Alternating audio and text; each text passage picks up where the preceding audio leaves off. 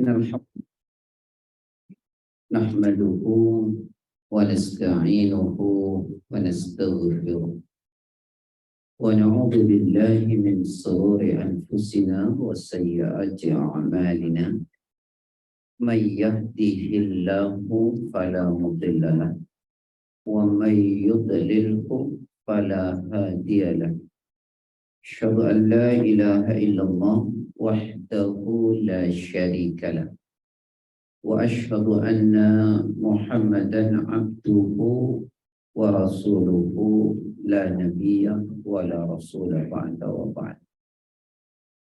Alhamdulillah, puji syukur pada Allah karena sungguh atas nikmat, izin serta karunia-Nya pada pagi ini Allah masih menganugerahkan kita nikmat iman, Islam, kesehatan, kesempatan sehingga kita bisa bersama-sama di masjid yang indah ini.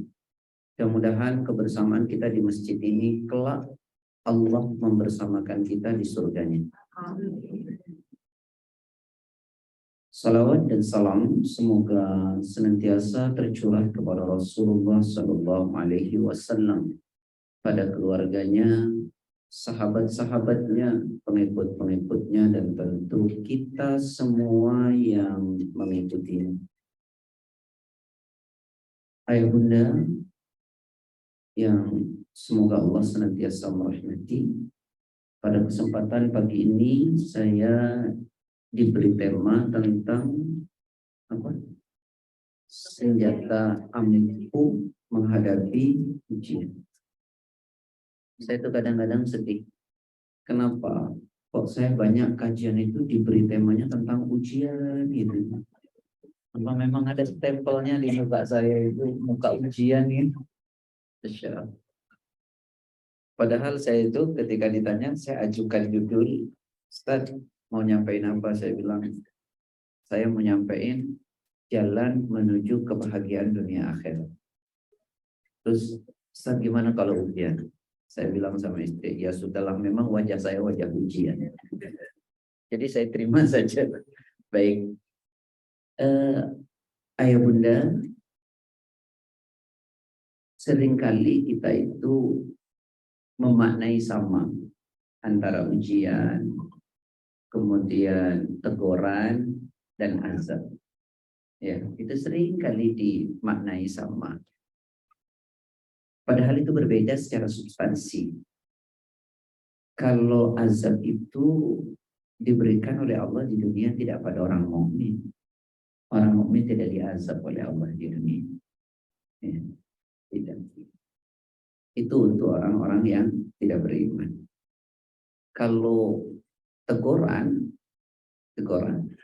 itu diberikan oleh Allah kepada orang beriman. Ini saya gunakan bahasa kurang enak, mohon maaf, rada nakal gitu. Orang beriman tapi nakal. Nakal itu maksudnya tidak mau menjalankan perintah Allah, sering melanggar apa yang Allah larang. Maka itu disebut teguran. Contoh misalnya ya, ini contoh saja. Di dalam Al-Quran pada surah ke-30 ayat 41 Allah Ta'ala berfirman begini. Zaharal fasadu fil barri wal bahri. Sudah ketemu. Bima kasabat aydin nas. Liyudhiqahum ba'dalladhi amilu la'allahum yarji'un. Surah 30 ayat 41. Sungguh telah nampak kerusakan di darat dan di laut. Itu akibat ulah tangan manusia. Allah ingin merasakan sebagian kecil dari akibat perbuatan mereka. Nah, itu namanya teguran. Contoh yang paling gampang gini deh. Allah di rumah tangga kasih bahagia, senang, rizkinya banyak. Tapi kemudian salah satu dari keluarga, istri atau suami berulah melakukan sesuatu yang Allah tidak suka. Nah, itu biasanya tegurannya datang. Jadi nggak enak, Yang tadinya bahagia penuh senyum, jadi berganti dengan tangis. Nah, itu namanya apa? Teguh. Atau lebih cukupnya agak lebih lebar, coba renungkan Al-Quran surat ke-16 ayat 112. Surat 16 itu surat An-Nahl ayat 112. Bunda nanti kalau kecepatan tolong kasih tahu ya.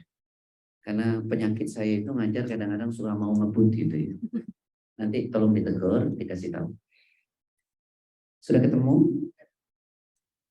Daraballahu mathalan qaryatan kanat aminatan mutmainnah ya'tiha rizquha ragadan min kulli makan fakafarat bi'an'amillah fa'adzaqaha Allah libasal ju'i wal khawfi bima kanu yasna'un.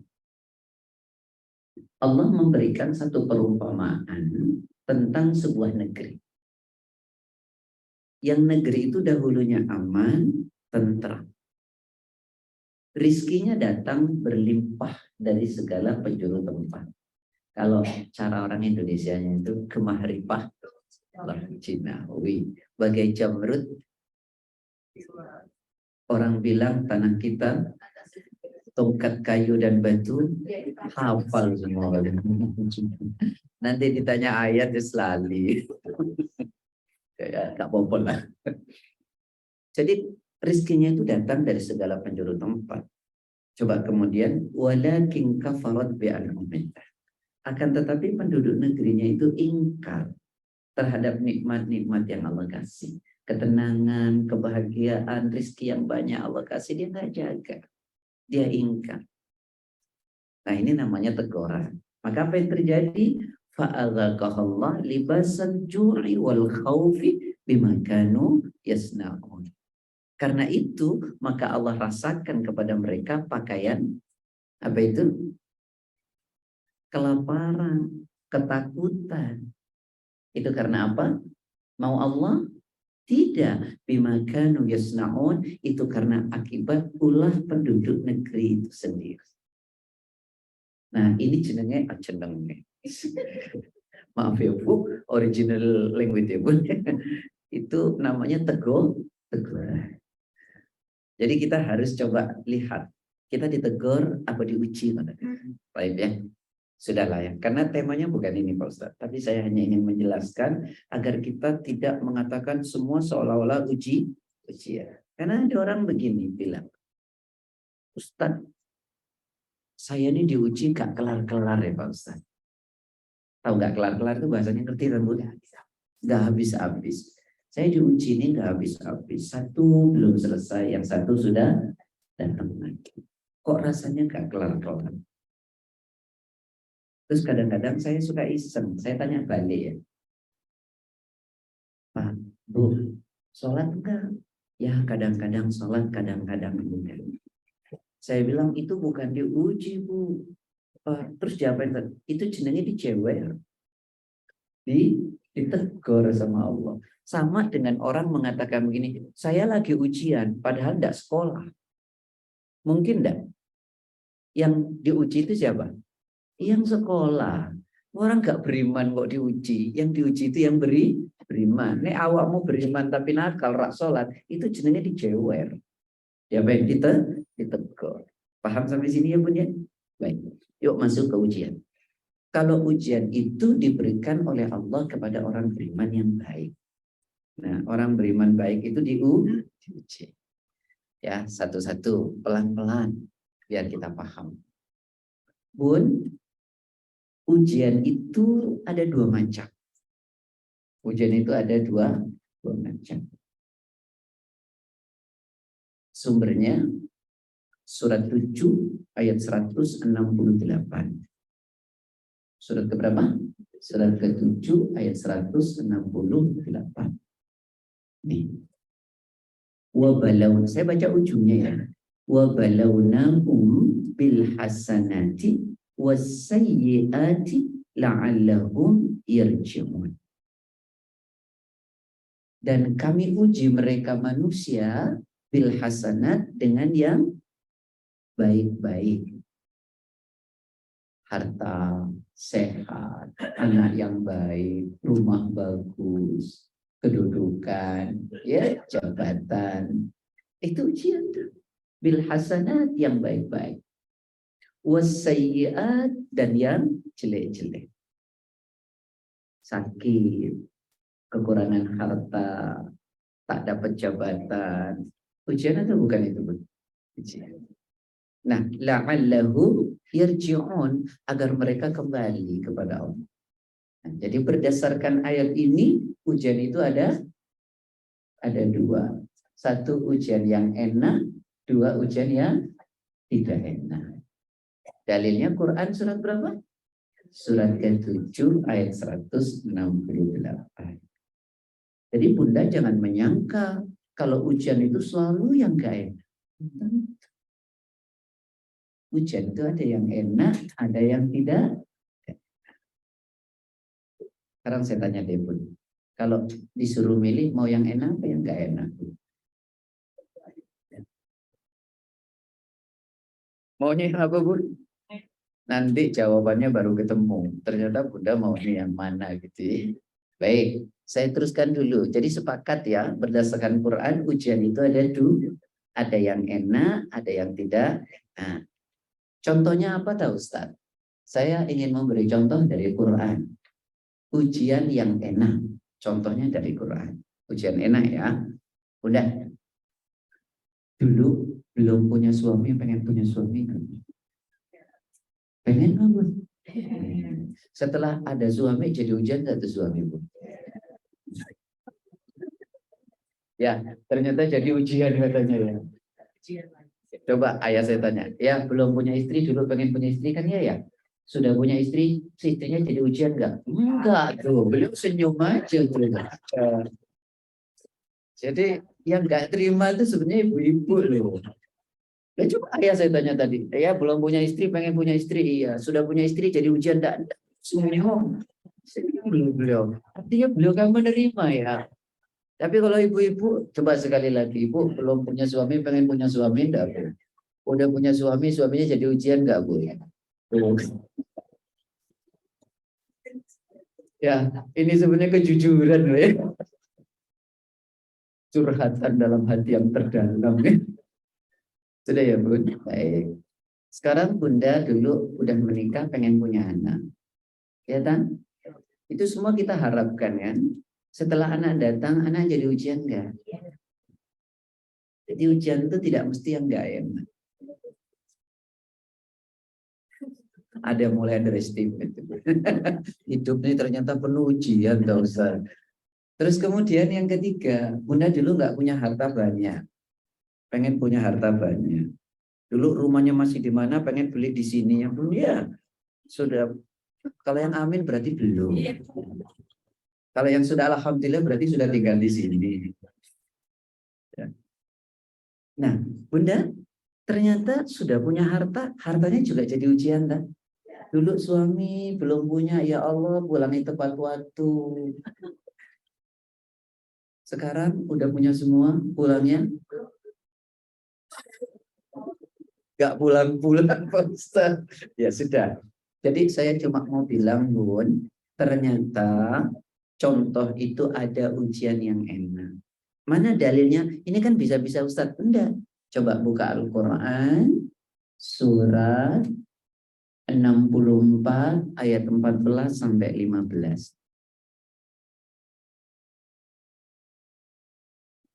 Surat 64 ayat ke-14 sampai 15. A'udzu billahi minasyaitonir rajim. Ya ayyuhalladzina amanu inna min azwajikum wa auladikum aduwwan lakum fahdharuhum wa in ta'fu wa tasfahu wa taghfiru fa innallaha ghafurur rahim. Innama amwalukum wa auladukum fitnah wallahu 'indahu ajrun 'azim. Ya tak? Hai orang-orang yang beriman, kata Allah, sungguh di antara pasangan-pasanganmu istri atau suami. Dan anak-anakmu ada yang menjadi musuh bagimu. Cobaan, ujian. Allah bilang apa? Jika kau maafkan mereka, kau berlapang dada terhadap mereka, sabar. Kau ampuni, kau santuni mereka. Sungguh dia Allah Maha Pengampun lagi Maha. Sesungguhnya di antara harta-harta dan anak-anakmu adalah cobaan. Sementara kita selama ini menganggap cobaan atau ujian itu hanya selalu yang gak enak. Ternyata yang enak juga coba. Dan ingat loh Bun, orang jauh lebih kuat dicoba dengan yang tidak enak daripada yang enak. Ya nanti lah ya, nanti. Nah jadi ujian itu ternyata ada yang enak. Contohnya apa tadi? Harta, pasangan, anak, rumah, dan seterusnya. Maka karena itu Bun, jangan sampai nih karena apa yang kita miliki kita jadi lalai dari mengingat Allah.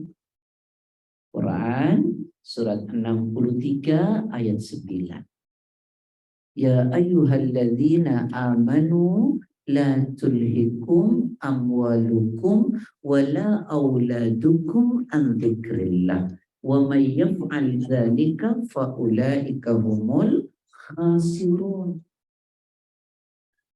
Surat 63 ayat 9. Sudah Bun? Surat 63 ayat 9. Saya kalau ngulang-ngulang ayat ini ingat kajian saya Bu, ada di Rawamangun namanya di Jalan Tawes Bu. Itu yang ikut ya umurnya 70 tahun ke atas.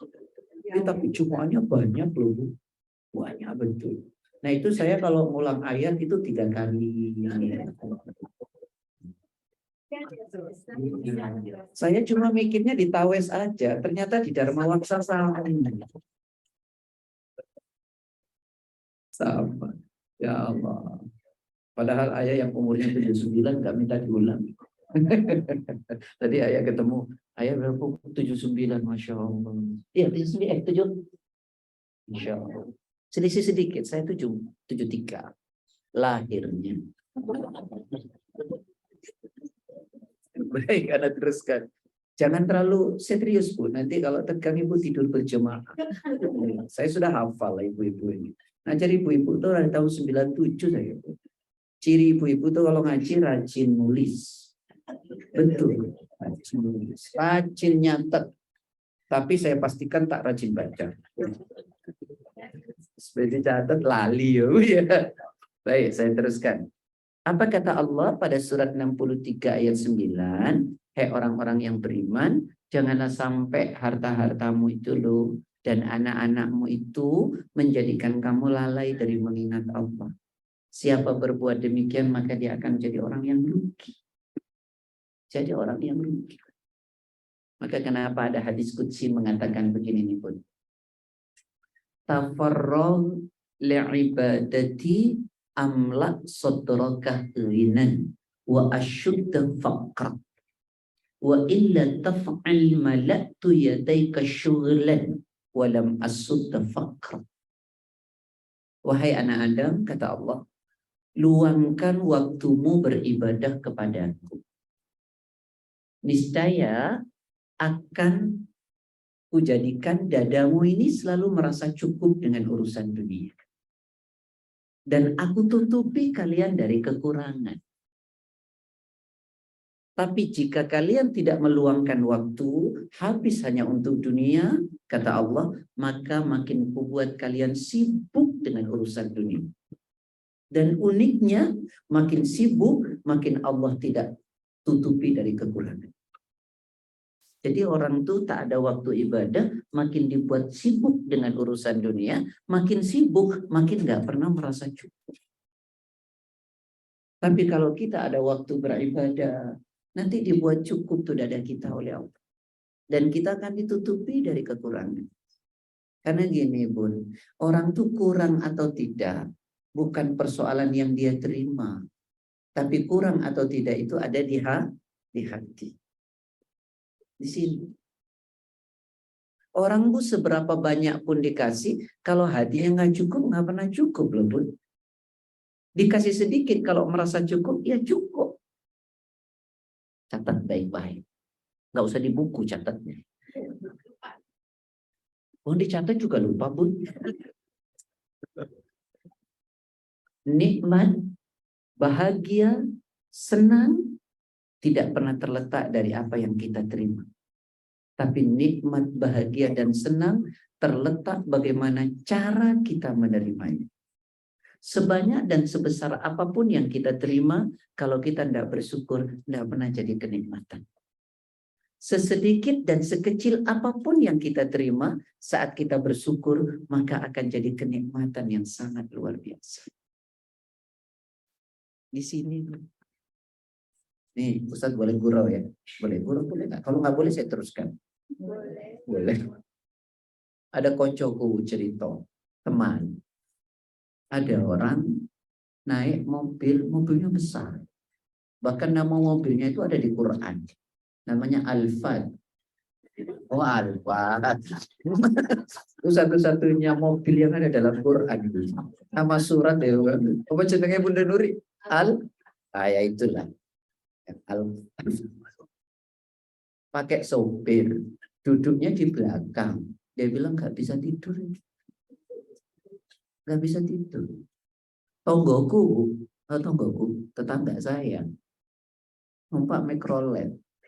Mau berhenti di halte Pertamina, bablas ke Pulau Gadung ketiga. Jadi nikmatnya itu di mana coba? Di Alphardnya atau di mikroletnya? Tidak, di hatinya. Kalau hatinya nggak tenang, numpak mikrolet malah gak iso turun. Jadi di sini loh. Jadi sebenarnya bahagia itu tinggal membentuk hati. Makanya kenapa kemarin saya ajukan tema itu. Bentuk hati kita jadi bahagia. Tapi bukan itu. Yuk kembali ke ujian. Itu ujian enak. Baik, sekarang saya kasih contoh ujian tidak enak. Ya. Contohnya dalam Quran juga. Buka surat Al-Baqarah 155. 155.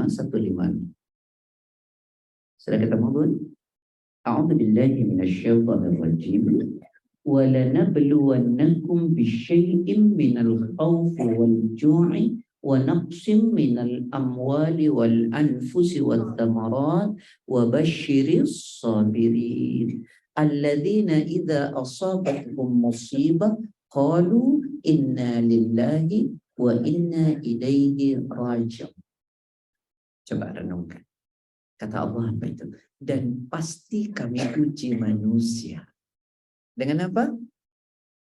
Dengan sedikit ketakutan. Apalagi kekurangan harta, kelaparan, jiwa, dan seterusnya. Lalu ujungnya Allah bilang, berikanlah kabar gembira kepada orang yang Bun. Sebelum lanjut, saya boleh tanya? Coba jawab. Jawabnya jujur ya Bun. Kalau nggak jujur masuk neraka. Iya dong, ditanya kayak jujur masuk neraka. Pertanyaannya gini Bun, tolong jawab baik-baik. Bunda pernah diuji nggak sama Allah? Yang nggak enak, pernah diuji nggak? Pernah. Banyak atau sedikit? Banyak atau sedikit? Coba lihat dalilnya tadi.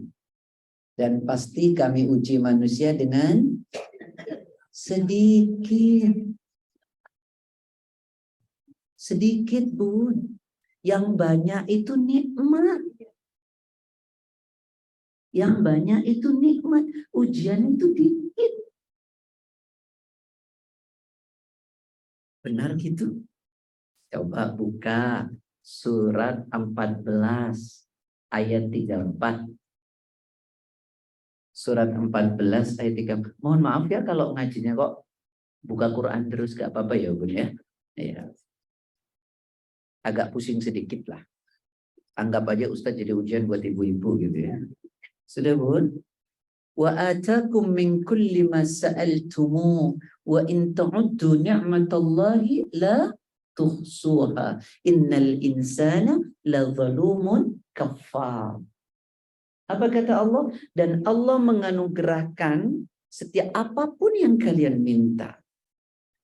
Jika kalian ingin menghitung nikmat Allah, maka nikmat Allah tidak akan terhingga. Sungguh kebanyakan manusia itu zalim lagi ingkar. Jadi kalau ditanya ujian itu dikit atau banyak? Yang banyak itu apa? Nikmat. Tapi masalahnya kenapa kok ibu ngerasa banyak? Karena kalau diuji ingat terus. Makanya yang sedikit terasa banyak. Kalau ibu dikasih nikmat yang banyak suka lupa. Makanya yang banyak terasa sedikit. Makanya Allah bilang kebanyakan manusia itu dolim lagi ingkar. Dikasih nikmat lupa. Dikasih ujian ingat. Begitu juga makanya saya tanya tadi, ibu diuji dengan suami? Iya Pak Ustadz. Kenapa? Karena kalau suami baik ibu lupa. Kalau suami lagi nggak baik ibu ingat. Makanya kenceng jawabannya. Oh ayah tadi nggak jawab begitu karena ayah ingatnya kalau ibu lagi baik. Lagi nggak baiknya mah ayah lupain tuh. Ya tapi Bun ya, gitu nggak sih Bun? Masya Allah. Ini loh Bun. Nih. Saya sering bilang, Bun, suami kita itu manusia bukan? Loh, ini pertanyaan normatif loh. Pertanyaan normatif. Saya tanya, Bu, suami kita manusia enggak, Bu? Asli ya, Bun ya? Jadi manusia itu sempurna atau tidak? Sempurna. Dengan kekurangan dan kelebihannya. Berarti suami kita itu ada baiknya atau tidak? Ada tidak baiknya atau tidak? Kenapa? Karena beliau manusia. Kalau ibu nuntut suaminya selalu baik, berarti ibu sedang maksa suaminya jadi malaikat. Dan itu gak mungkin.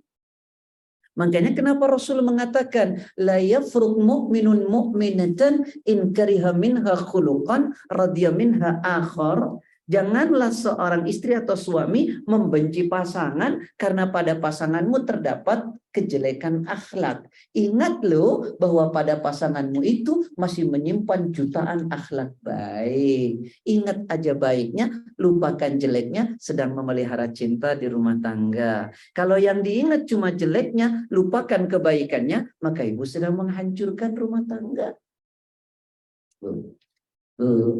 Suaminya manusia atau bukan? Jadi kalau salah wajar apa enggak? Karena manusia. Jadi suaminya jangan dituntut jadi malaikat. Ya Bu Lucy, ya Pak Ismail manusia lu, bukan malaikat. Ya, jadi jangan dituntut jadi malaikat yang selalu benar. Mesti ada salah. Paham sampai sini? Itu pasangan ujian. Baik, saya teruskan ya. Nah, ibu-ibu yang dirahmati oleh Allah, jadi ujian itu ada enak, ada tidak enak. Yang enak sudah saya kasih contoh, yang tidak enak juga sudah saya kasih contoh. Nah, sekarang bagaimana sikap manusia sebelum saya sampaikan senjata ampuhnya menghadapi ujian. Sikap manusia terhadap ujian enak dan tidak enak. Bagaimana sih sikap kita atau sikap manusia ini terhadap ujian yang enak dan tidak enak? Catat. Setidaknya ada 3. Ya, ini bingkainya dulu. Nanti baru senjata ampuhnya. 1. Ini yang paling jelek. Orang menghadapi ujian enak dan tidak enak. Ini yang paling jelek. Quran surat 17 ayat 83. Surat berapa, Bu? 17 ayat 83. Namanya surat Al-Isra. Wa idza an'amna 'alal insani a'rada wa na'a bijanibi.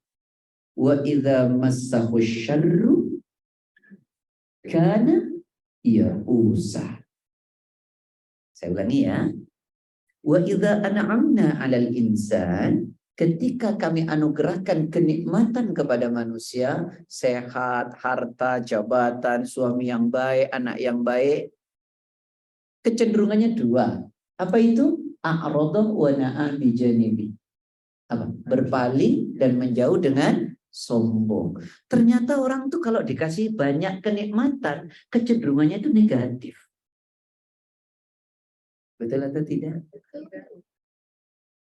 Tanya deh, kalau nggak percaya. Kamu hebat ya, masih muda, udah sukses. Jabatan mentereng, harta banyak. Jawabannya gimana, Bu?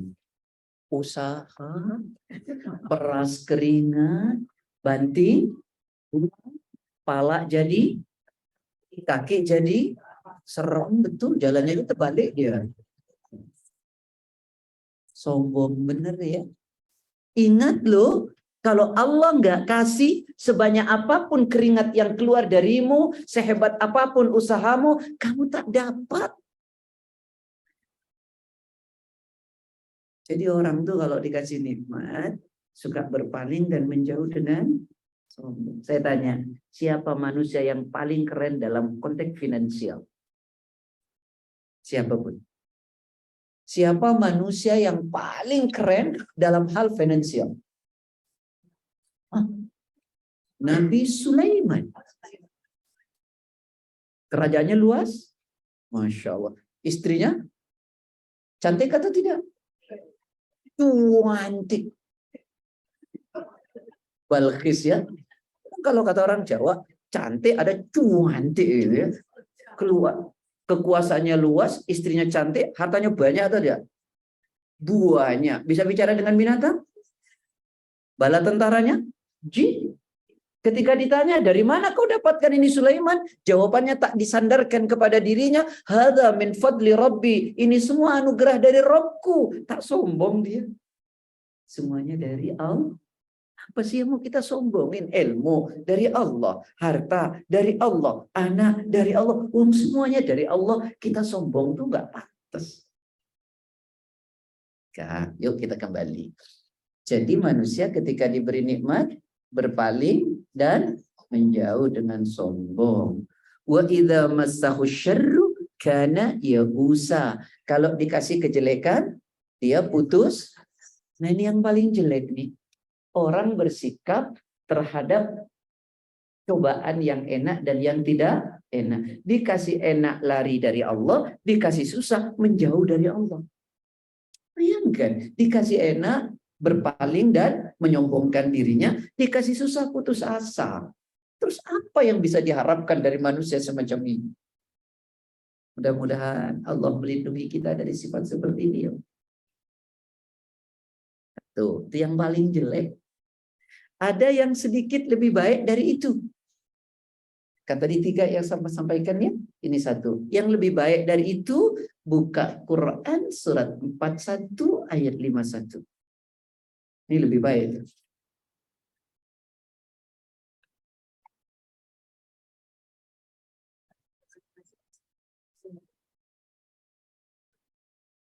Surat 41 ayat 51.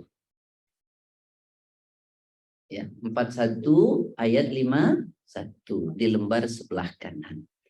Allah Ta'ala berfirman, awal ayatnya sama, ujungnya beda.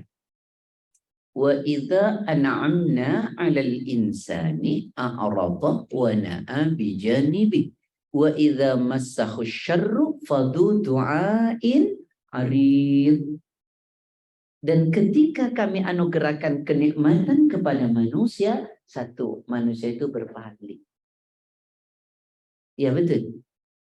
Wa na'a bi janibi, menjauh dengan sombong. Aduh, kalau semuanya sudah diraup kebahagiaan, kesenangan, sholat udah malas, ngaji boro-boro datang.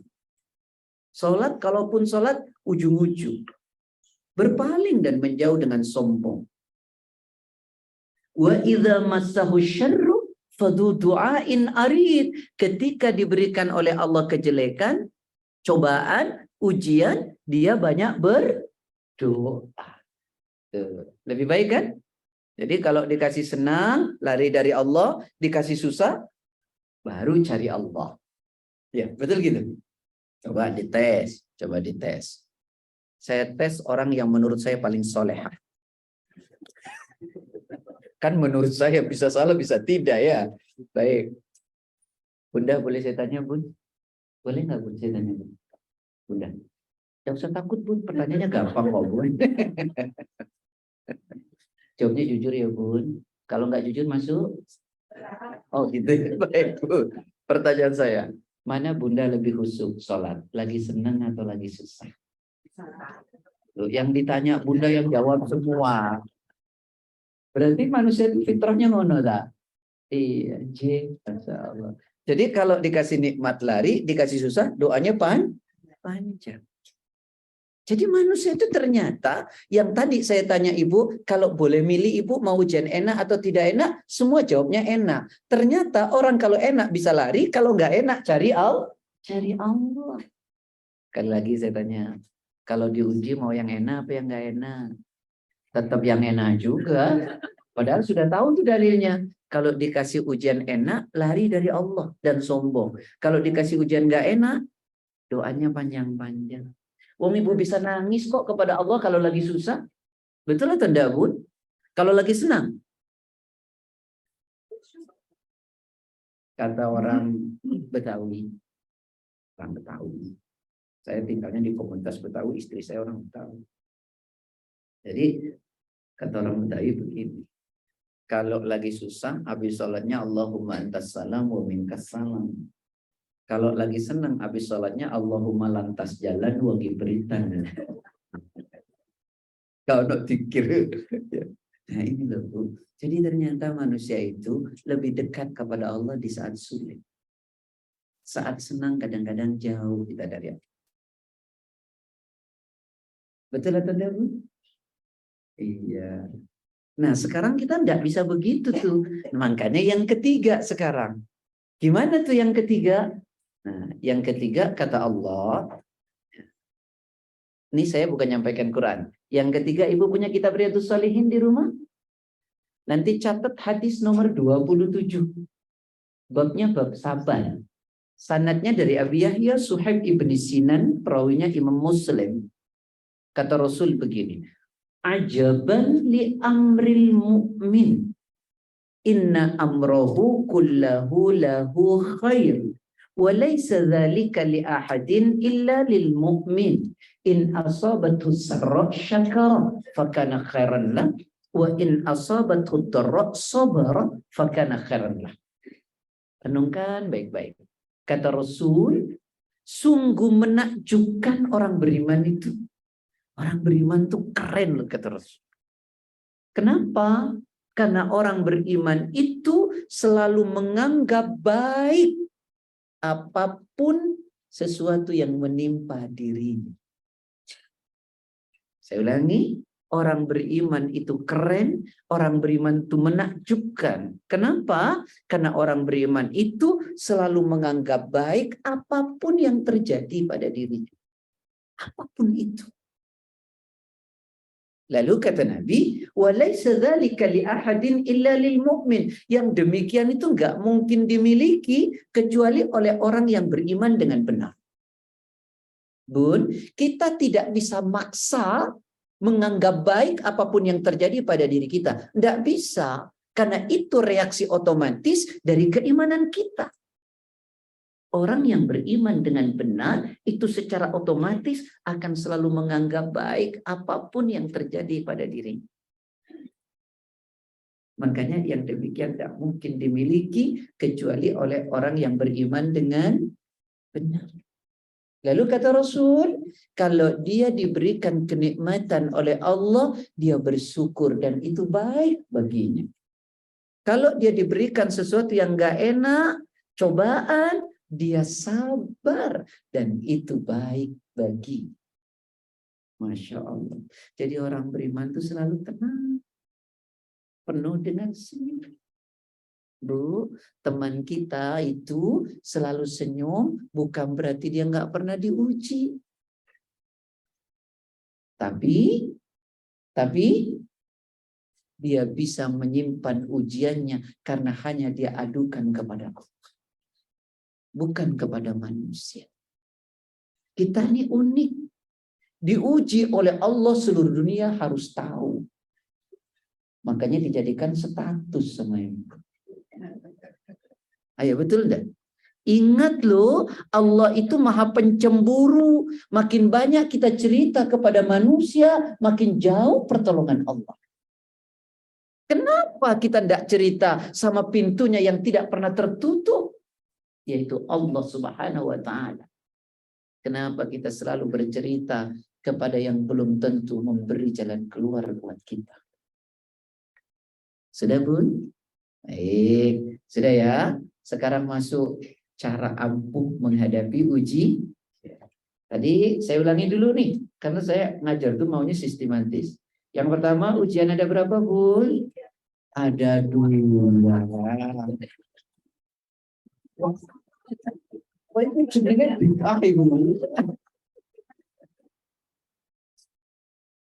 Ini saya tidak tahu, saking seriusnya apa itu. Saya ulangi. Ujian itu ada berapa, Bun? Ada 2. Ada ujian enak dan tidak enak. Ujian enak sudah saya kasih contoh? Sudah, berdasarkan Quran. Ujian yang tidak enak sudah saya kasih contoh? Sudah. Lalu 3 sikap secara garis besar manusia bersikap terhadap ujian enak dan tidak enak. Yang paling jelek dikasih ujian enak lari dari Allah dan menyombongkan diri, dikasih susah putus asa. Yang kedua dikasih enak oleh Allah, lari dan menyombongkan dirinya, dikasih susah baru cari Allah. Ya, yang ketiga adalah dikasih ujian enak atau tidak enak, dia tetap menganggap baik. Itulah orang yang beriman dengan benar. Moga-moga kita yang ketiga.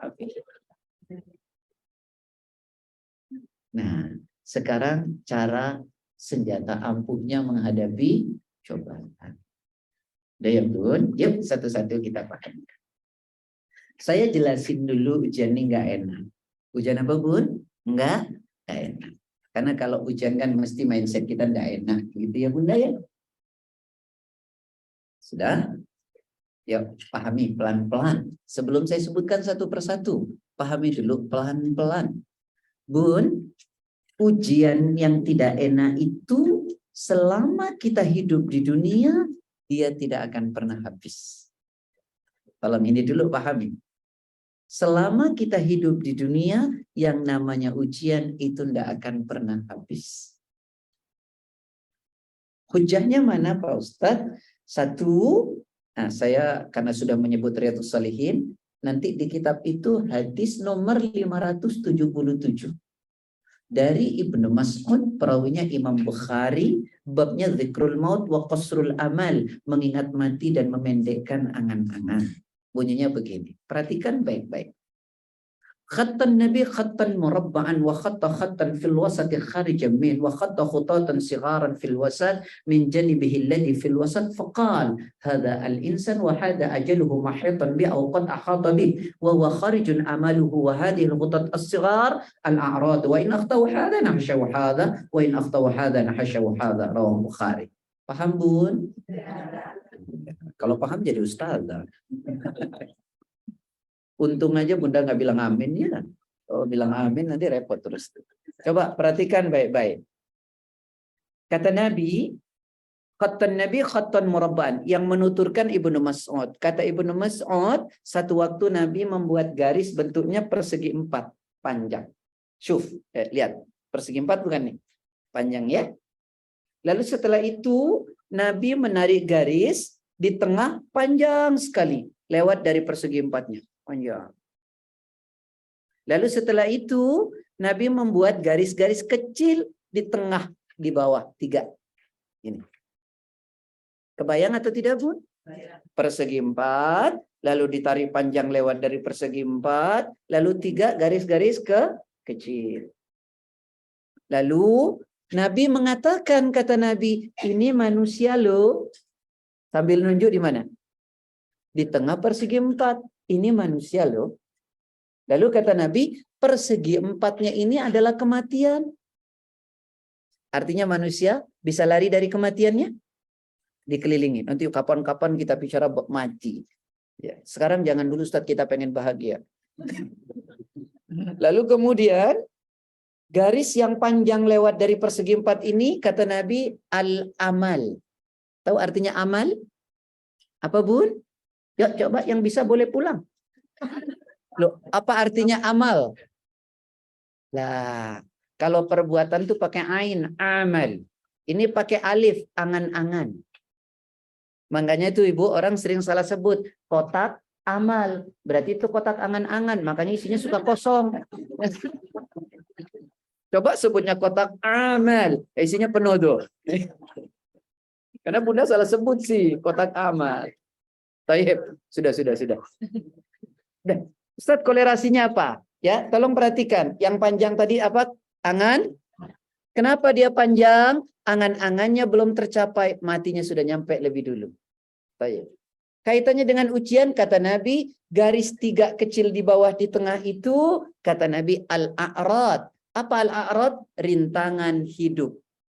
Cobaan atau ujian. Kenapa dia 3? Wa in aqtaw hadza nahasyaw hadza wa in aqtaw hadza nahasyaw hadza. Kalau engkau lepas dari satu ujian ini, maka engkau akan jumpa dengan ujian ini. Kau kelar dengan ujian ini, maka ujian ini sudah menunggu.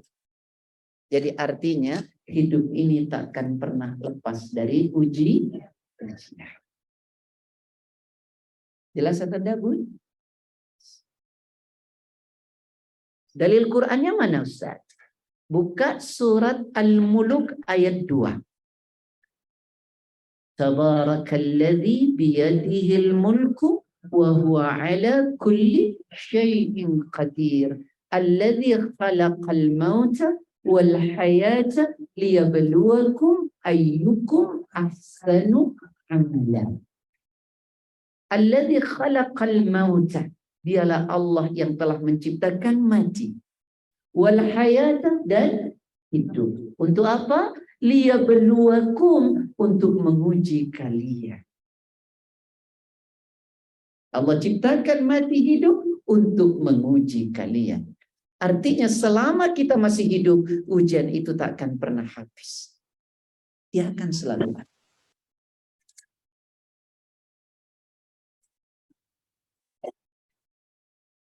Sudah, Bu? Paham sampai sini? Baik. Sekarang coba, Bu, perhatikan. Ada orang sekolah. Di sekolah itu ada ujiannya atau tidak? Ada atau tidak? Ada. Kalau dia tidak mau diuji, jangan sekolah. Hidup ini tempatnya ujian. Enggak mau diuji, jangan. Nah, iya.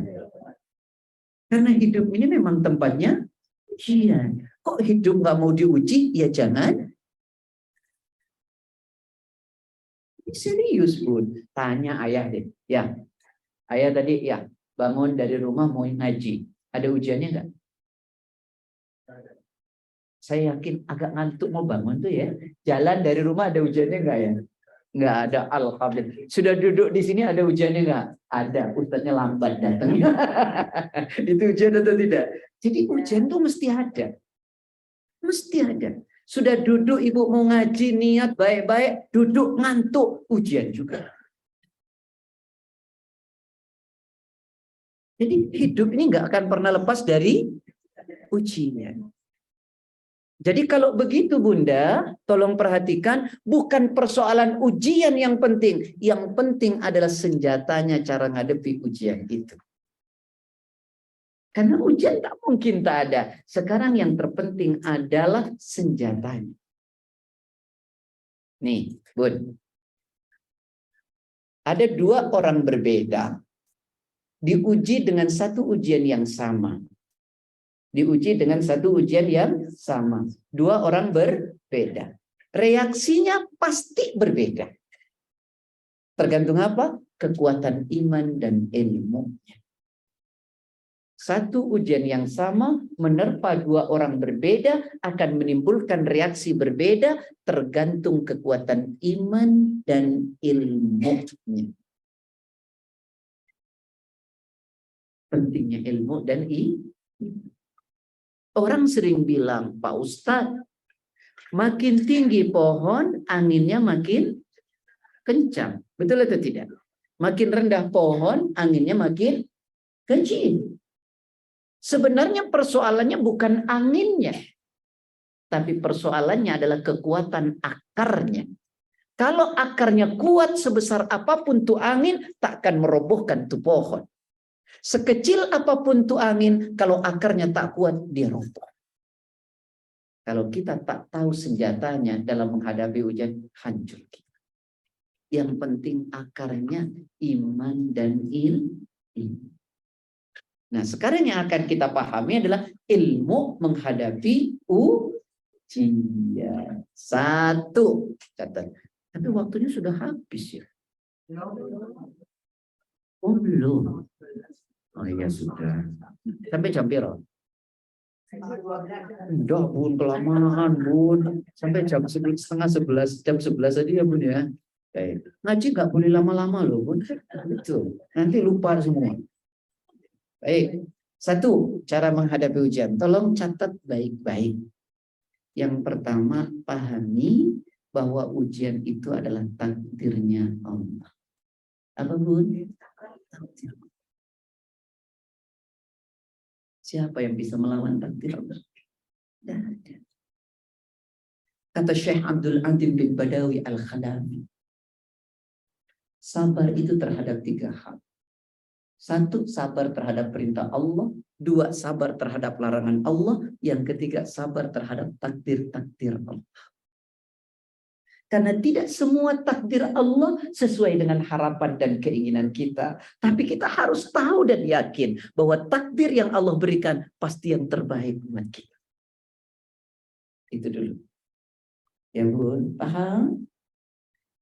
Jadi ujian itu apa bun? Takdir. Mana dalilnya Ustaz? Surat 57 ayat 22 sampai 23. Surat 57 Al-Hadid ayat 22 sampai 23. Ma asaba min musibatin fil ardi wala fi anfusikum illa fi kitabim min qabli an nabra'aha inna dzalika 'ala Allahi yasir likay la ta'saw 'ala ma fatakum wa la tafrahu bima atakum wallahu la yuhibbu kulla mukhtalin fakhur. Quran surat 57 ayat 22 sampai 23. Apa kata Allah? Tidak ada satu musibah yang terjadi di muka bumi ini dan yang menimpa diri kalian kecuali semuanya sudah tercatat dalam kitab Allah di Lauhil Mahfuz sebelum diwujudkannya. Sungguh yang demikian itu mudah. Kenapa Allah informasikan? Agar engkau tidak terlalu bersedih dengan apa yang luput darimu dan engkau tidak terlalu senang dengan apa yang kalian raih. Sungguh Allah tidak menyukai orang-orang yang melampaui batas. Jelas atau tidak, Bun?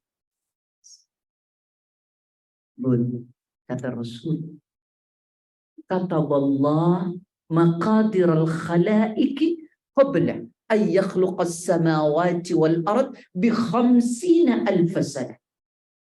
Allah telah menetapkan takdir seluruh makhluk 50.000 tahun sebelum langit dan bumi diciptakan. Ustaz, kalau gitu ngapain kita usaha, Ustaz? Kita bukan Qadariyah, kita bukan Jabariyah, tapi kita ini Ahlus Sunnah wal Jamaah. Memang semuanya sudah ditakdirkan oleh Allah, tapi kita nggak pernah tahu takdir Allah buat kita.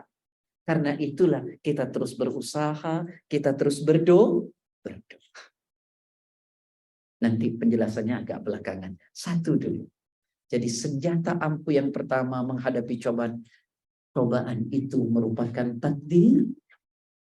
Makanya Bun, jangan pernah suka bicara begini. Coba nggak gini ya, mungkin ini nggak terjadi nih. Coba nggak gini ya, mungkin ini nggak kejadian. Hati-hati. Kata Rasul, wa in asabaka syai'un fala taqul law anni fa'altu kana kadza wa kadza walakin qul qadarullah wa ma syaa fa'ala fa inna law taftahu amal syaitan. Kata Nabi begini, Jika engkau ditimpa satu musibah, cobaan, sesuatu yang gak enak, jangan pernah bilang, coba saya gini, coba nggak gini, mungkin ini tidak terjadi. Tapi katakanlah ini qadar Allah. Allah melakukan apa yang dikehendaki. Karena kata law, seandainya itu umpama, misal, membuka peluang setan merusak iman dan pikiran kita. Ya Bu, coba saya dulu nikahnya bukan yang ini tapi yang anon. Ya, hati-hati tuh. Tuh kan, bener kan? Bener kan? Allah memberi yang terbaik. Saya kadang-kadang suka sedih Bu kalau ada orang bilang, ya Allah alangkah indahnya ya kalau dulu saya lahirnya di zaman Nabi, bersama dengan Nabi. Saya cuma mau tanya, ente yakin jadi pengikut Nabi kalau lahir zaman Nabi? Kalau jadi pengikutnya Abu Jahal gimana coba? Iya tak? Sudahlah, yang paling nikmat itu saat kita bisa menerima takdirnya Allah. Tidak ada lebih nikmat dari itu. Saya kalau di Saudi sama teman-teman dipanggil saya orang Arab. Ya Ustadz Sahir. Ustadz kecil. Terus saya bilang, orang kecil tuh rata-rata pinter. Kok bisa begitu? Iya, karena dengkul sama otaknya dekat. Jadi kalau mikir cepat, nyampe. Apa itu? Tanda bersyukur saya. Jadi apapun yang Allah kasih itu pasti yang Nih Bu, saya kasih contoh. Orang tidak memahami takdir nggak enak. Orang paham takdir yang tidak enak berubah jadi kebahagiaan. Saya kasih contoh. Nih Bunda. Bunda naik mobil sama suami berdua. Lalu di persimpangan jalan. Bisa ke kiri, bisa ke kanan. Kata suami ke kanan saja. Kata Bunda ke kiri. Ternyata yang dipilih pilihan suami ke kanan. Bahasa orang Jawanya dilala. Muacet total di kanan. Karena ada tabrakan. Jujur Bun, kira-kira Bunda ngomong apa itu sama suami? Kalau nakan masih mending. Itu nakannya, intonasinya enak tuh. Sama senyum. Tuh kan. Aku bilang juga jangan lewat sini. Itu ibu suasana makin gak nyaman kan? Tak kata suami, gue tahu. Waduh, suasana makin gak enak. Betul enggak? Ya Allah. Makin cepat nggak nyampenya? Makin terasa lama. Nah sekarang kalau Bunda paham takdir tadi, suaminya bilang, ya Allah maaf ya dek, ternyata macet ya. Bunda bilang apa? Ya ini sudah qadar Allah. Mungkin Allah akan memberi waktu lebih lama kepada kita berdua dan bercengkerama. Masya Allah. Merubah takdir yang kesel jadi bahagia. Kenapa? Paham? Takdir. Gitu ya Bun ya. Hah? Suaminya apa Bun? Coba-coba Bun. Coba-coba. Yang begini loh Bun. Padahal Ustadz suaminya ngedumel dalam hati gitu ya. Insya Allah. Padahal saya ngelihat Bunda ini ngaji sama saya di mana-mana. Kok nggak masuk ya? Iya paham saya Pak Bun. Gini Bun. Nih. Orang dikasih cobaan itu sama Allah. Reaksinya itu 3. Bahkan ada ulama mengatakan 4. 1, marah. Yang paling rendah. 2, sabar. 3 tuh ridho. 4 tuh bersyukur. Masya Allah, kita ada di mana nanti? Marah. Tahu marah, Bun? Marah tahu? Nih. Saya kasih contoh.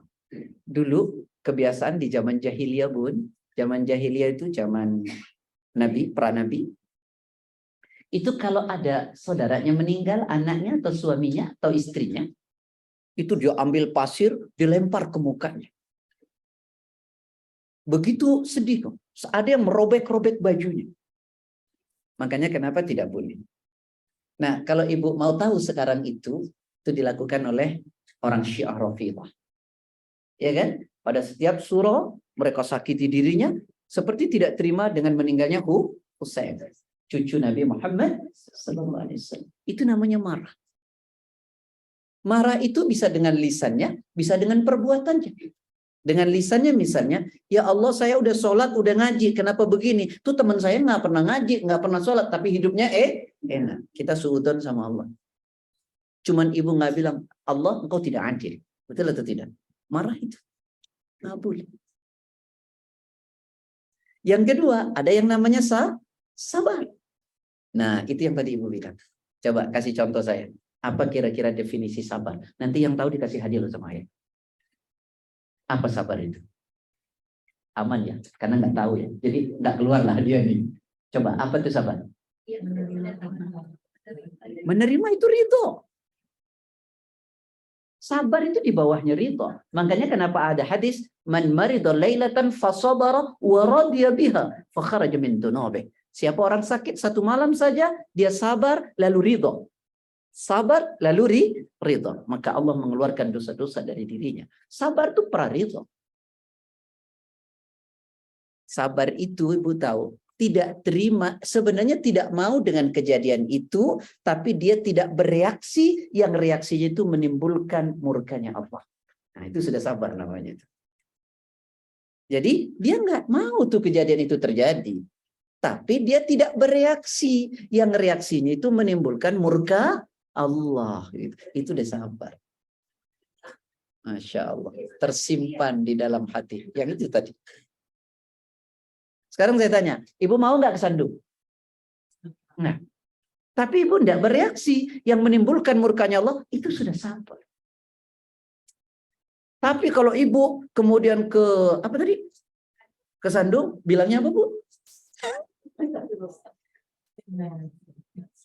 Jadi gimana nih sebenarnya kalau kesandung, bicaranya gimana bu? Alhamdulillah, Masya Allah, keren banget tuh. Keren banget. Saya yakin Bunda ini cari sandungan terus. Karena alhamdulillah cari sandungan terus. Ngono loh Bu. Nek kita ke sandung itu kalau ucapan ulama-ulama salaf dulu, orang-orang dulu itu innalillahi astagfirullah. Kenapa innalillahi wa inna ilaihi? Karena innalillahi itu paham dia, ini kejadian takdir Allah. Kenapa dia astagfirullah? Mengevaluasi diri. Jangan-jangan ada yang keliru yang saya lakukan. Jadi mengatakan takdir dibarengi dengan evaluasi. Itu yang benar. Baik ya Bun, itu namanya sabar. Kemudian yang ketiga apa? Ridho. Kalau ridho itu sudah bisa menerima. Ya, kalau sabar dia nggak mau, tapi dia nggak bereaksi yang menimbulkan murkanya Allah. Suaminya gini. Ibu nggak mau suaminya gitu, tapi ibu tidak bereaksi yang reaksinya menimbulkan murka Allah. Itu sabar. Kalau sabar, kalau ridho, ibu udah nerima itu. Emang suami gue kayak gitu, kira-kira gitu lah. Itu sudah ridho namanya.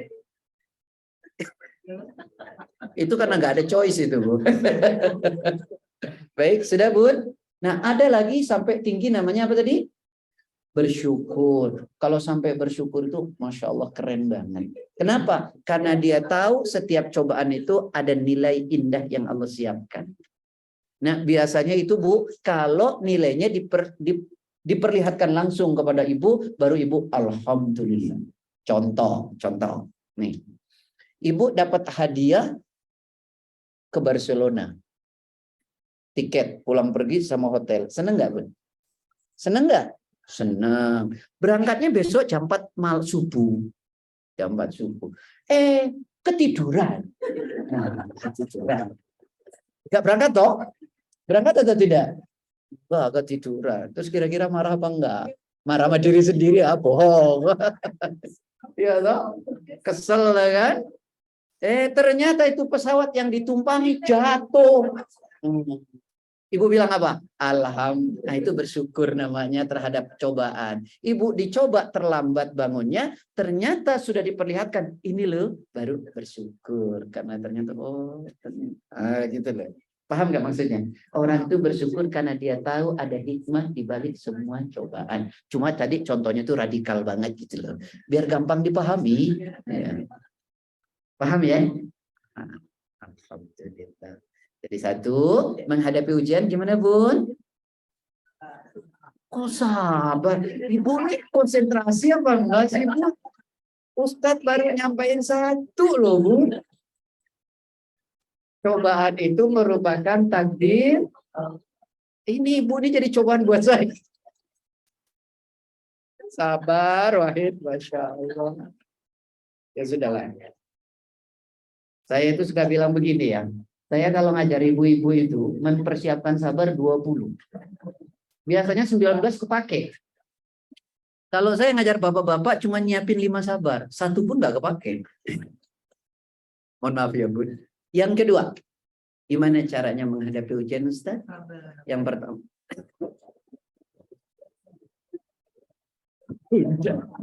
Itu belum nyampe, Bu.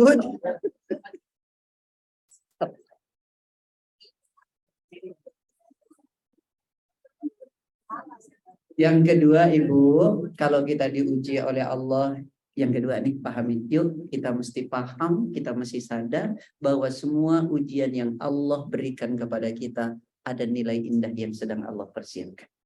Bahasa sederhananya, setiap ujian ada hikmahnya. Karena Allah tak pernah menjadikan sesuatu main-main. Rabbana ma khalaqta hadza batila. Nggak ada yang sia-sia. Semua cobaan ujian ada hikmah indah yang sedang Allah persiapkan. Apa itu, Ustaz? Buka Quran surat Al-Baqarah 157. Sebenarnya dari 155 itu ya. وَلَنَبْلُوَنَّكُمْ بِشَيْءٍ مِنَ الْخَوْفِ وَالْجُوعِ وَنَقْصٍ مِنَ الْأَمْوَالِ وَالْأَنْفُسِ وَالثَّمَرَاتِ وَبَشِّرِ الصَّابِرِينَ الَّذِينَ إِذَا أَصَابَتْهُمْ مُصِيبَةٌ قَالُوا إِنَّا لِلَّهِ وَإِنَّا إِلَيْهِ رَاجِعُونَ أُولَئِكَ عَلَيْهِمْ صَلَوَاتٌ مِنْ رَبِّهِمْ وَرَحْمَةٌ وَأُولَئِكَ هُمُ الْمُهْتَدُونَ. Surat Al-Baqarah ayat 157. Sampun? Baik. Saya bacakan ya, Bun. Di dalam ayat itu pada 155-nya Allah menjelaskan tentang macam-macam cobaan dan ujian. Di ujung ayat 155-nya Allah jelaskan cara menghadapi cobaan. 156-nya satu ayat bercerita cara menghadapi cobaan. 157 Allah menjelaskan hikmah dari semua cobaan. Apa kata Allah? Jika orang itu diuji oleh Allah benar menghadapi ujiannya, ulaika alaihim salawat, maka bagi mereka apa, Bu? Ampunan dari Allah. Jadi sebenarnya cobaan dan ujian itu Allah sedang merangkul kita dengan cinta dan kasih. Kenapa ada hadis mengatakan innallaha ta'ala idza ahabba qauman ibtalahum faman radiya falahu ar-ridha wa man sakhita falahu as-sukht. Sungguh Allah Ta'ala jika mencintai seorang hamba, Allah uji hamba itu.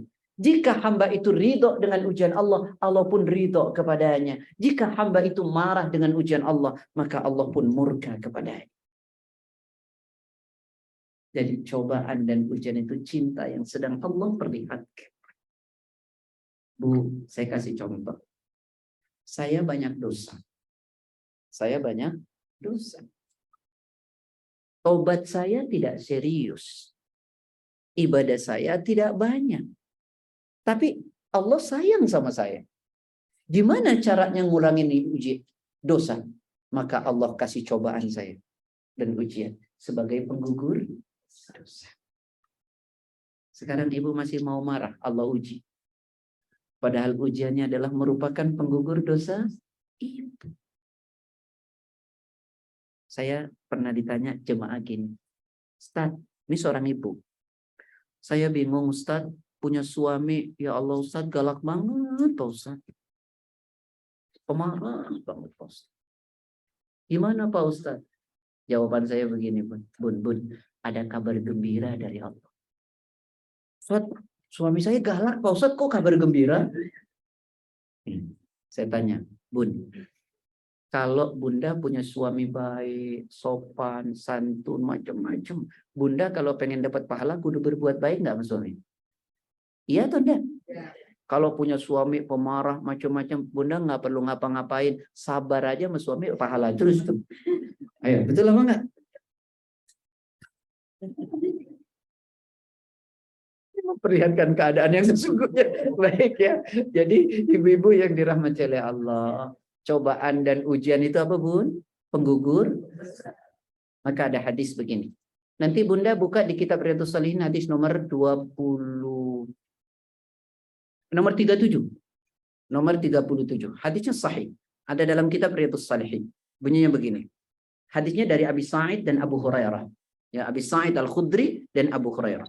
Rasul mengatakan, "Ma yusibul muslim min nasabin wala wasabin wala hammin wala hazanin," dan seterusnya.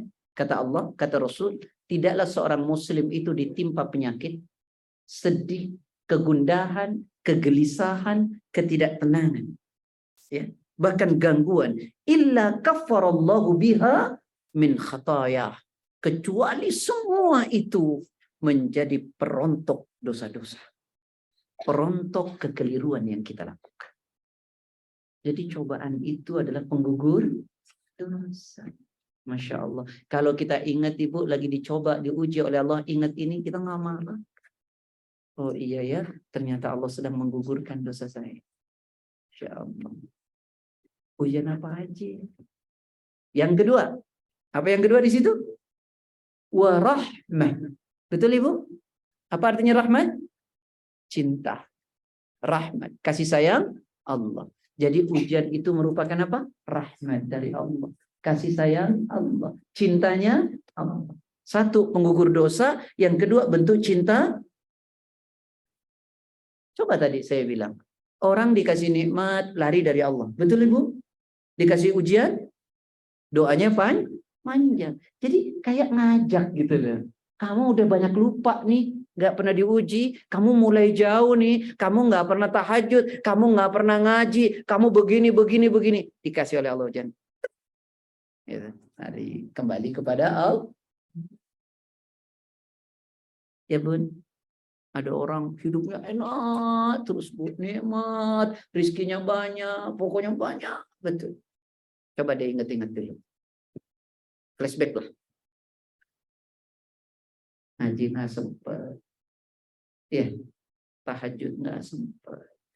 Sholat yang penting sholat. Iya kan? Udah mulai dikurangi itu oleh Allah. Dikurangi sampai titik. Kayak butuh banget. Ngaji jadi rajin, tahajud jadi panjang, sholat tepat waktu. Saya mau tanya, adakah kenikmatan lebih dari itu? Nah, nggak ketukar tuh dunia dan akhirat. Demi Allah tidak ketukar. Kenapa? Karena kata Allah dalam surat Al-Ankabut ayat 64. Surat Al-Ankabut itu surat berapa, Bu? Lupa Ustaz, surat 29. Karena kalau nggak disebut nomor suratnya itu Al-Ankabut makin kalang kabut. Surat 29. Ayat 64. وَمَا هَذِهِ الْحَيَاةُ الدُّنْيَا إِلَّا لَهْوٌ وَلَعِبٌ وَإِنَّ الدَّارَ الْآخِرَةَ لَهِيَ الْحَيَوَانُ لَوْ كَانُوا يَعْلَمُونَ. Tidaklah kehidupan dunia ini hanyalah permainan dan senda gurau. Sedangkan kehidupan akhirat itu adalah kehidupan yang sesungguhnya seandainya kalian ngerti. Makanya kenapa saya bilang orang di saat dikasih nikmat dia jauh dari Allah. Sholatnya ngasar, tahajud nggak pernah ngaji apalagi. Tapi saat Allah uji, dia cari Allah, dia rajin kajian, dia rajin tahajud, sholat tepat waktu. Adakah kenikmatan melebihi dari itu?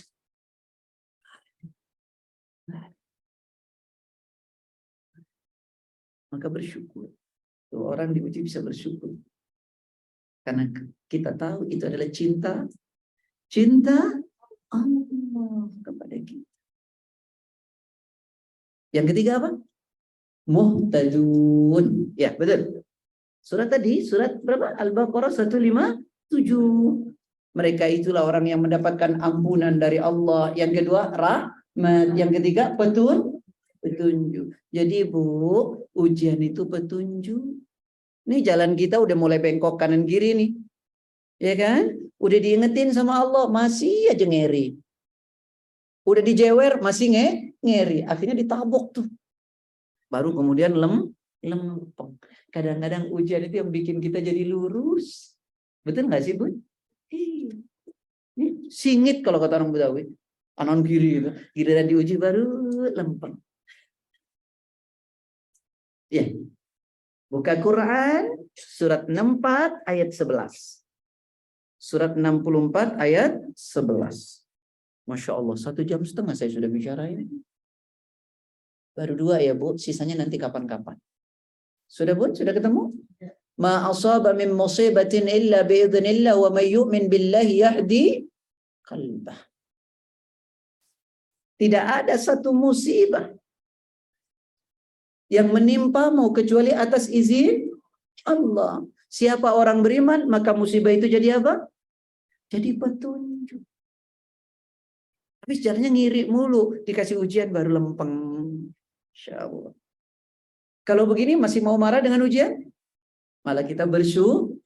Nanti satu saat ibu akan berkata, terima kasih ya Allah, kau luruskan aku dengan cobaan dan ujian ini. Ternyata kalau engkau tak pernah coba ini, aku akan terus salah ya Allah, yang akhirnya akan kusesali kelak di akhir. Sampailah pada titik itu nanti kita berkata, senjata ampuh menghadapi ujian baru 2. Waktunya habis. Sudah 1,5 jam loh.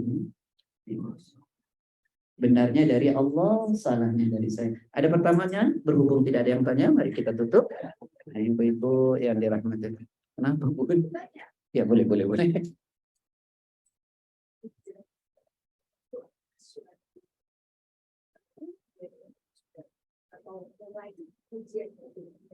Bun, ini pertanyaannya, kalau kita hijrah ini, apakah itu ujian hidup? Saya cuma mau bilang, Bun, tak ada kebaikan yang ditempuh oleh manusia tanpa rintangan. Saya ulangi ya, tak ada kebaikan yang ditempuh manusia tanpa adanya rintangan. Bukankah setiap kita ingin melakukan kebaikan, mesti ada cobaan? Pasti. Tapi persoalannya, kalau iman sudah kuat, ilmu sudah ada, cobaan itu nggak ada persoalan.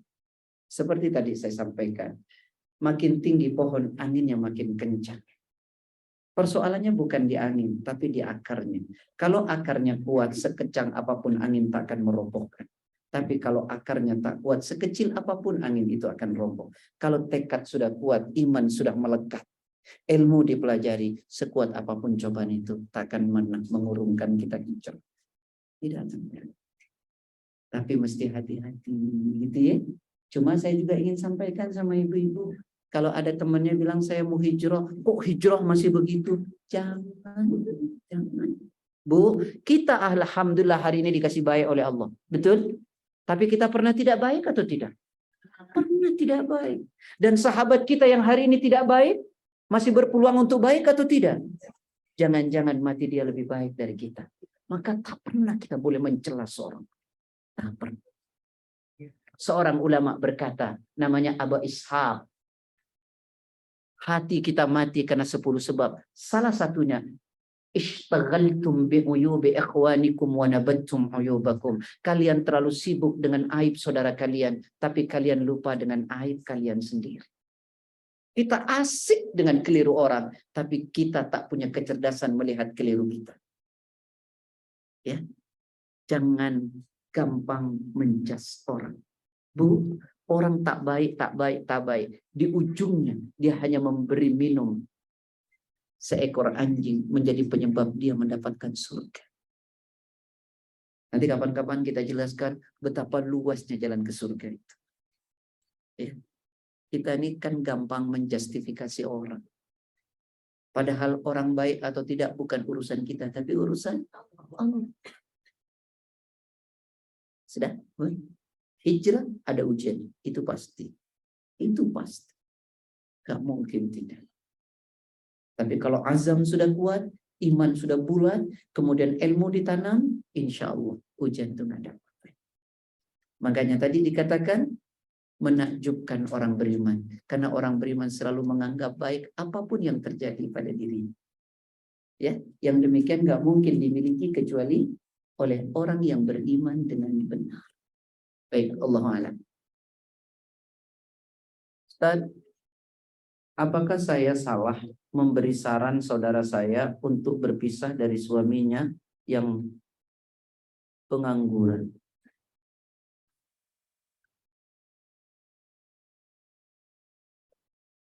Saya bacakan hadis dulu ya, Bu. Kata Rasulullah SAW, Muawiyah ibni Haidah bertanya kepada Rasul. Namanya siapa? Muawiyah ibni Haidah. Tanya kepada Rasulullah, ma haqqu zaujati ahadina alaih? Ya Rasulullah, apa yang menjadi hak kami, ya, dari istri? Apa yang menjadi kewajiban kami kepada istri kami, atau apa yang menjadi hak istri kami dari kami? Artinya kewajiban suami kepada istri. Yang pertama tahu enggak, Bun? Antut'imaha idza ta'amta. Yang kedua, wa taksuha idza tasait. Yang pertama, berikanlah makan istrimu jika kau makan. Berikan pakaian. Berarti suami punya kewajiban apa? Memberikan nafkah kepada istri. Makan dan pakaian. Maka ketika dia tidak memenuhi kewajibannya, hak apa yang dia akan minta dari istri? Penuhilah kewajiban seorang suami. Dan ketika istri kemudian tidak diberikan hak-haknya, ya, tidak diberikan hak-haknya dan istri tidak ridha, maka istri boleh meminta khulu. Ya, tapi jika dia ridho karena dia punya harta yang banyak, asal dia tidak mengungkit, maka itu lebih baik. Tapi persoalannya adalah kalau dia mengungkit, kata Rasul, 3 orang yang akan menjadi ahli neraka, tak masuk surga. Salah satunya al-mannan, orang yang sedang memberi tapi suka mengungkit. Nanti ibu yang kasih, lalu dia bilang ketika berselisih, kau kata ada aku, tak hidup kau. Nah, hati-hati. Ya, begitu jawaban saya. Jelas, Bun? Baik, semoga Allah merahmati kita semua ya. Ada lagi? Alhamdulillah. Saya nggak ngerti, biasanya kalau saya ngajar jawab pertanyaan segini loh. Tapi khusus di Dharma Wangsa, alhamdulillah. Saya senang aja begini, Bun. Jadi jangan banyak-banyak tanya. Iya, jangan banyak-banyak nanya. Yang penting banyak mengimplementasikan. Fa innama ahlakal ladzina min qablikum kasratu masailihim wa ikhtilafuhum ala anbiya'ihim. Sungguh hancurnya umat terdahulu karena terlalu banyak nanya dan menyelisihi para nabinya. Makanya di sini sudah hafal hadis itu barangkali ya. Mohon maaf lahir batin. Benarnya dari Allah ya Bu, salahnya dari saya kepada Allah saya mohon ampun. Pada ibu-ibu saya mohon maaf yang sebesar-besarnya. Assalamualaikum warahmatullahi wabarakatuh. Subhanaka Allahumma wa bihamdika, asyhadu an la ilaha illa anta, astaghfiruka wa atubu ilaik.